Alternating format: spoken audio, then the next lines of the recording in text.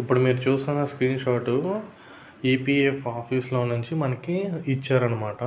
మనం రిక్వెస్ట్ పెడితే pending at DA అని ఉంది కదా, ఏ టు జెడ్ మనకి డిలీట్ అయితే అయిపోయింది. బట్ దాని గురించి మొత్తం ఇన్ఫర్మేషన్ అంతా ఈ వీడియోలో చెప్పాను చూడండి. ఇక్కడ మీకు కనిపించేవన్నీ విడివిడిగా స్క్రీన్ షాట్లు కూడా తీసి మీకు ఎక్స్ప్లెయిన్ చేస్తాం. మీరు జూమ్ చేసి నాకు కనిపించవు కాబట్టి.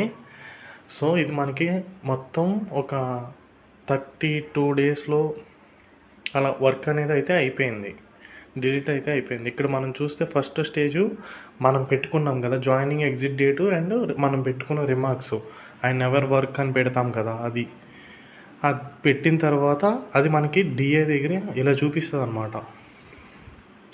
తర్వాత డిఏ యాక్సెప్ట్ చేశాడు.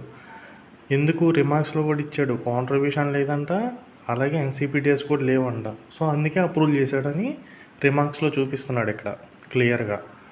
తర్వాత ఏపీఎఫ్సీకి వెళ్ళిపోద్ది డైరెక్ట్గా, అది కూడా వచ్చింది మీకు స్క్రీన్ షాట్ చూడండి. ఇక్కడ ఏపీఎఫ్సీ దగ్గర అప్రూవ్ చేయొచ్చా లేదా అన్నీ కనిపిస్తున్నాయి. ఇక్కడ క్లెయిమ్స్ కూడా ఆయన ఓపెన్ చేసి మనం క్లెయిమ్ చేస్తే చూడొచ్చు, కాంట్రిబ్యూషన్ జరిగిందా లేదా చూడొచ్చు, ఏమన్నా ఎన్సీబీడీఎస్ ఉన్నాయా లేవో చూడొచ్చు.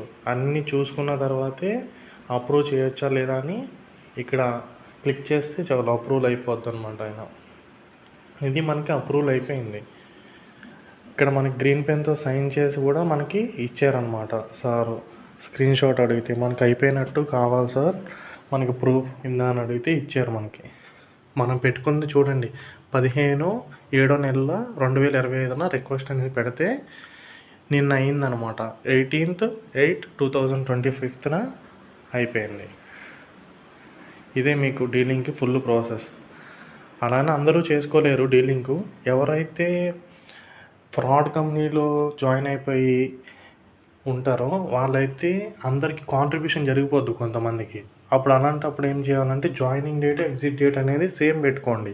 ఎందుకంటే డీలింగ్ చేసుకునే ఆప్షన్ లేదు, కాంట్రిబ్యూషన్ ఎన్సీబీడీఎస్ అయినా చెక్ చేస్తున్నారు కాబట్టి వాళ్ళ అప్రూవల్ అనేది ఇవ్వరు మీకు.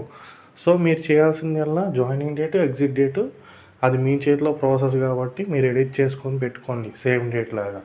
అప్పుడు వన్ డేనే వర్క్ చేశారు కాబట్టి ఎంప్లాయర్ కూడా ఏమనరు మీరు బ్యాక్గ్రౌండ్ వెరిఫికేషన్లో. ఇక్కడ చూసారా 29th August 2022 ఇలా ఎడిట్ చేసేస్తాం.